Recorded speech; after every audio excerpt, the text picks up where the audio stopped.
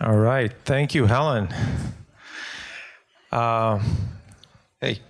Hi, Hillel. So, 3 sessions to go. I'm going to run through this. So, Be quick. Yes. So, Hillel Tzvi, ABM, SEO at CheckPoint.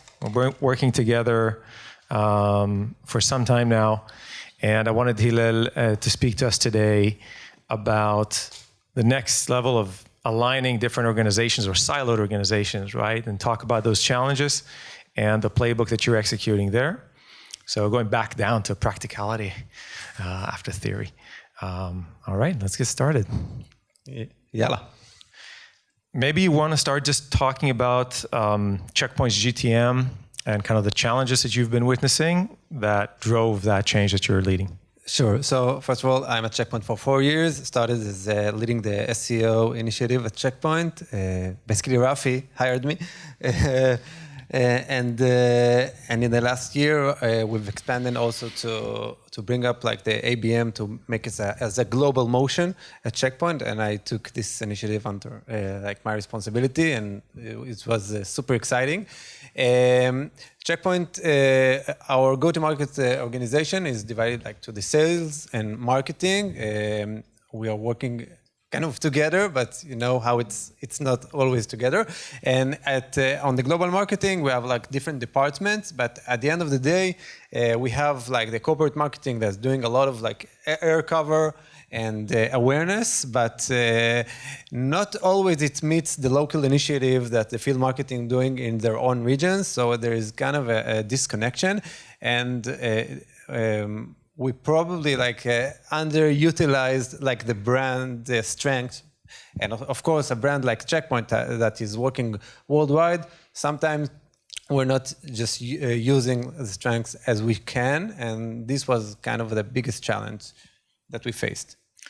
And in addition to an organizational challenge, you know, so we're seeing like a disjointed motion. And of course, CheckPoint, big company, but this is also relevant for medium, small companies that have a brand motion, a tactical ABM or go-to-market motion. But in addition to the pain, there was also an opportunity, right? There was also something that you said, okay, we could actually leverage this opportunity. There's a new type of either data or signals that we could be using? Yes, exactly. Because first of all, like data, and because I'm coming from the SEO background, so I know that when you do process, it's for the long term, and if it's going to be data driven and you can learn from it, so it's better. So this is what we did. We look on our data, and we started to see some signals. So we have like the classic signals that usually like the local and the sales and the fields that have like their own signals, but we've missed like the whole digital signal when we already know it's getting bigger and bigger, and since COVID it's even like a more important aspect of that, and trying to connect all of these dots together, all of these signals together, and have like one thing that you can see all of it together was our main goal of doing that. So, you know, this is always the ideal, right? We want to have an aligned motion. We want everybody on the same page. Mm-hmm. I think the big challenge is always execution. How do you actually get it done? And when we talked about this before, I think what kind of captured me in that sense is that whereas marketers, we're always thinking about kind of going big and wide, and over here was actually the opposite of kind of going very deep and surrounding the market or specific markets there. So let's maybe take it a step down and say, okay, we realized we have essentially intense signals that the global team was capturing, but it wasn't trickling down to the local teams. And that could be helpful in facilitating a better prioritization. Well, how do we go after accounts? So like I spoke with Michal, we understand that we need an ICP. Everybody understands we need to focus on an ICP. The question is, how do we build that group in a joint way with sales? Yeah, so what we've done, so we took it other way around. Like usually when you're planning, of course, there's ICP, and we want the sales to give their best account that they care about. But the problem is that sometimes they're not so there is not a lot of collaboration from sales, and they don't see the big picture, as we mentioned earlier. So what we did, we basically created a scoring model. We took all the data from our CRM, from Salesforce, Sales Analyzer, and other sales tools that we're going to use to see exactly which accounts can be relevant. But we also took the Sixth Sense data, like the predictive model, and we took all of it together, created a matrix and a scoring model that helped us identify the target accounts we want to reach out to.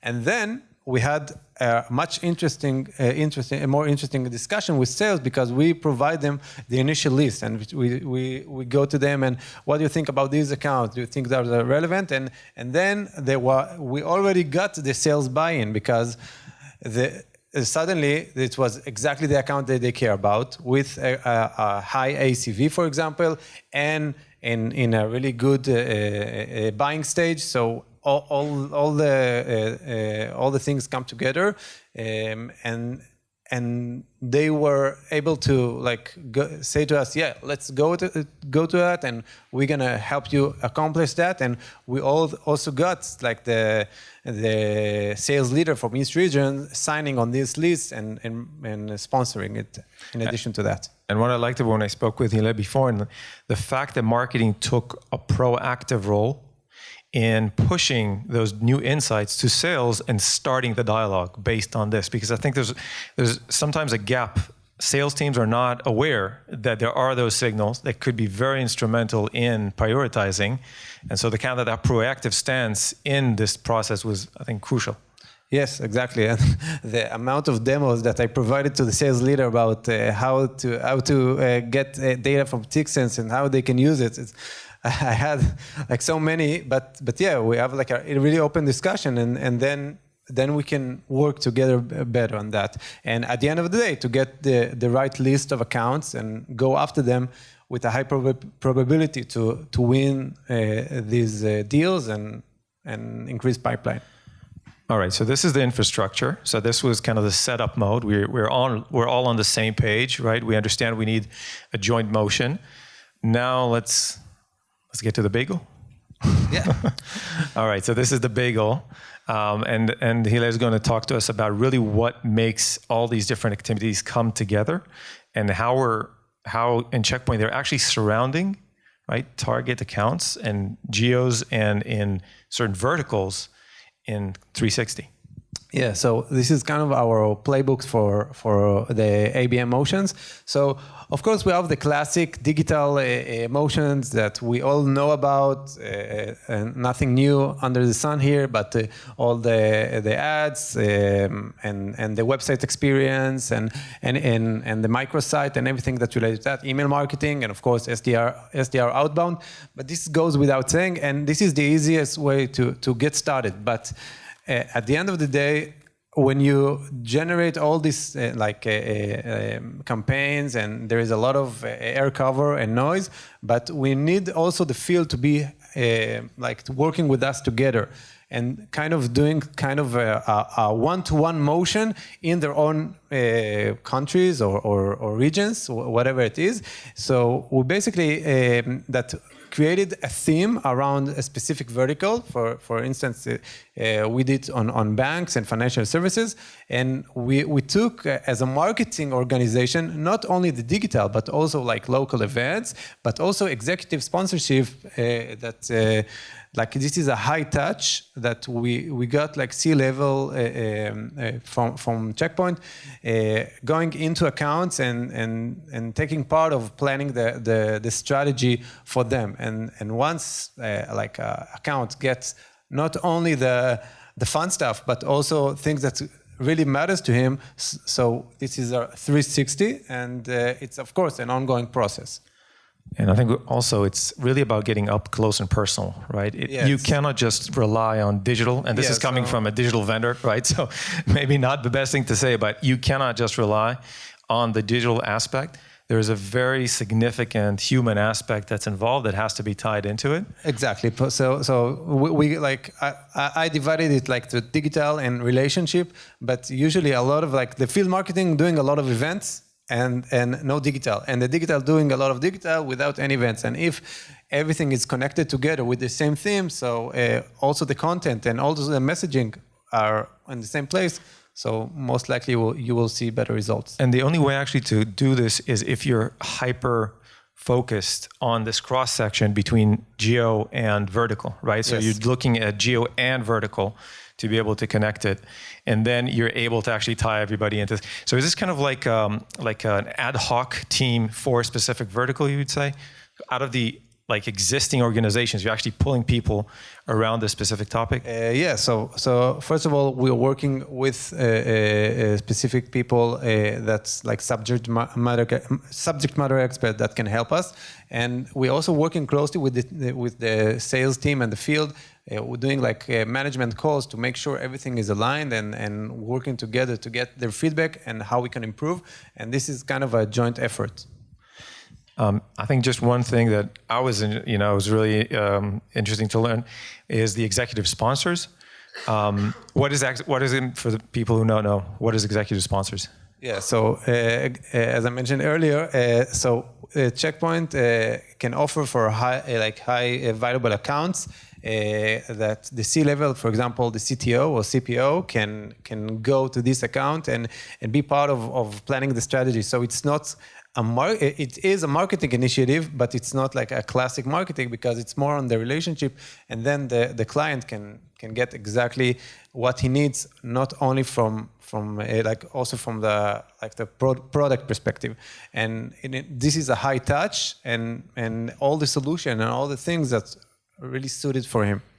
So just so I understand, you're going to CheckPoint's CPO, right, or any other, or CTO, and you're actually recruiting them for the go-to-market motion. So just think of your companies, which underutilized resources you currently have at your disposal, which could be amazing go-to-market champions if you're harnessing them and targeting them.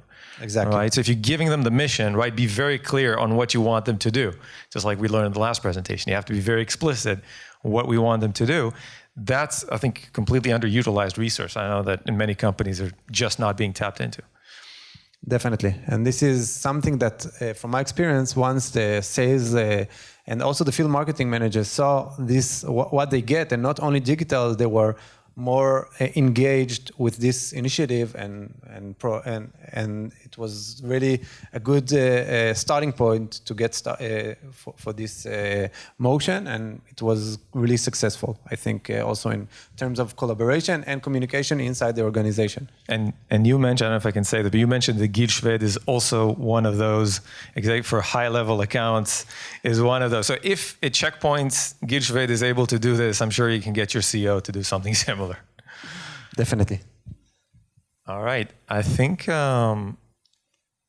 we could have give you 2 minutes. 2 minutes for questions.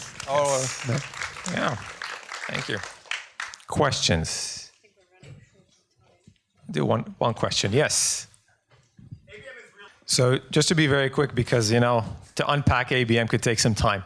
But the way I view it, ABM became a thing once people realized you can capture intent signals from anonymous companies. You can identify when companies enter into the market, right? That was the big promise. So that was the fundamental change that got people to think, okay, if I know that, let's say, Capital One is in the market for a cybersecurity solution, that now can prioritize my target list, okay?